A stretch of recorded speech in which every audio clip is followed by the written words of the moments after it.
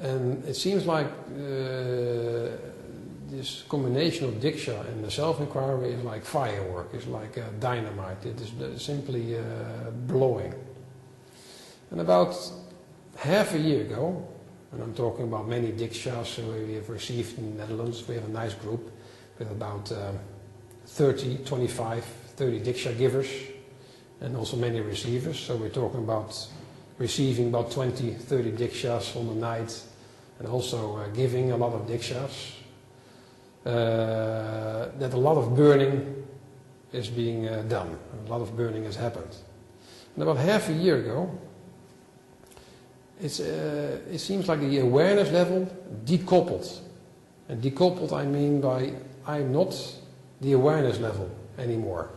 Where I found that which is me, there's no me. That which is left is prior to awareness. And while getting in that state, everything reversed. And it's very logical to me, but when I explain it doesn't make sense. What I mean by reverse is everything that is around me is me. So I do not mean that I am that. It is that gives the answer I am. Back to the silence. So my experience when I look at a mouse or any other animal, like a couple of days ago I was looking at a lizard. I look in his eyes and I'm looking back. It is when you have this experience, it is you can say a oneness experience. Well, oneness you think it is you feel you're connected, you're one with the animal. But this is different. This is you looking back. There is no difference. So in oneness you can still think there's a difference. When there's nothing of you left, that which looks back is the only thing that is there. And even in this silence, it seems there are very slow layers on the outside of the heart, which is still being burned. Don't have any name for it, don't even know what it is. Let alone the I who thinks about it, which is also not there. Now coming here at level 2, a repeater, you will say, well, what makes you go to level 2 repeater if you have the experience already? Well, in this silence, it seems like it keeps on growing, it keeps on changing. And every time we have Dikshas, you go deeper and deeper into this silence. And it's not like you go into the silence, this silence is, and the silence spreads. And the more it spreads, the more everything becomes you, connects, so to speak. So the divine is not something exterior. Like I went before, I went to the level 2 repeater to South India. And I came in across temples, and all temples were like communicating. It is not communicating to me, it was a silence reigning around me, around the silence. It is strange to explain. It's like rain falling on nothing, but there's still feeling on it. And the nature around it, animals, everything started to merge, where everything, basically I ams all looking back in the silence. It's a beautiful experience, does not make sense to explain it, and it is pure logical, it is pure simplicity itself, once you understand. And the feeling there, the amount of bliss, it is not a strong bliss feeling which somebody is feeling, but it is a sense that the area is bliss itself. So there's a difference between me feeling a bliss and a bliss itself, when nobody is feeling it. But it is much deeper. And it is such a strong pull that you don't want anything else. And this pull happens automatically, because nothing holding back anymore. There's no self, me, I, etc. trying to change the destination or try to control anything. That's already gone. But it seems like it keeps on growing, and this silence, it keeps on merging. So it remains a process of continuation.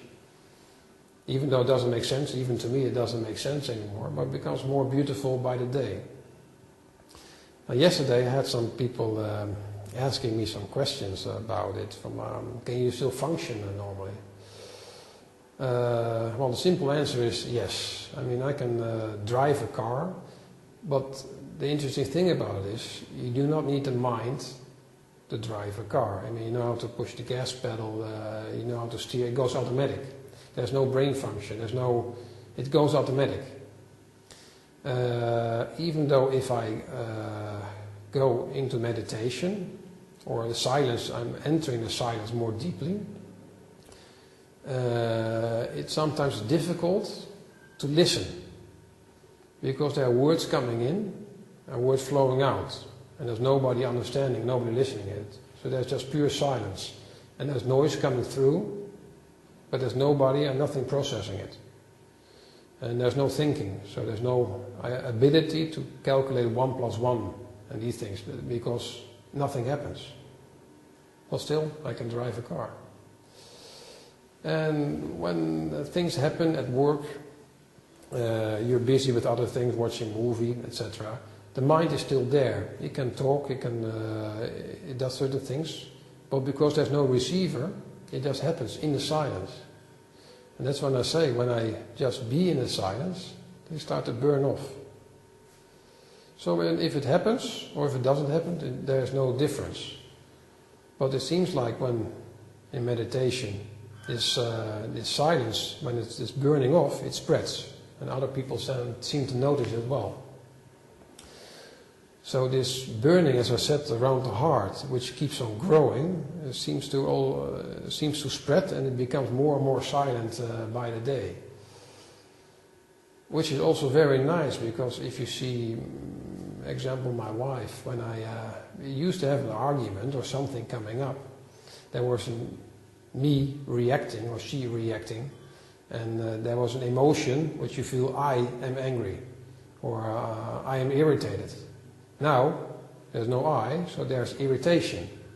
Well, where's the irritation? I only see the irritation within my wife and within the area. Well, that has nothing to do with me. So now the experience is arguments and irritations do not make sense.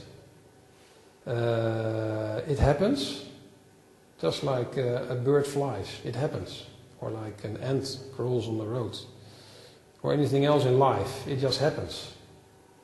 But me being angry or me being irritated has no meaning.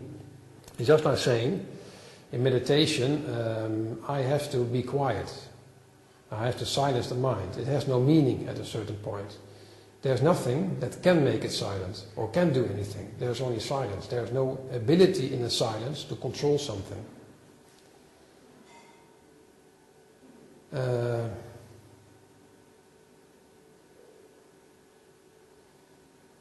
As I touch the silence right now, I get the same thing. It starts to blank out.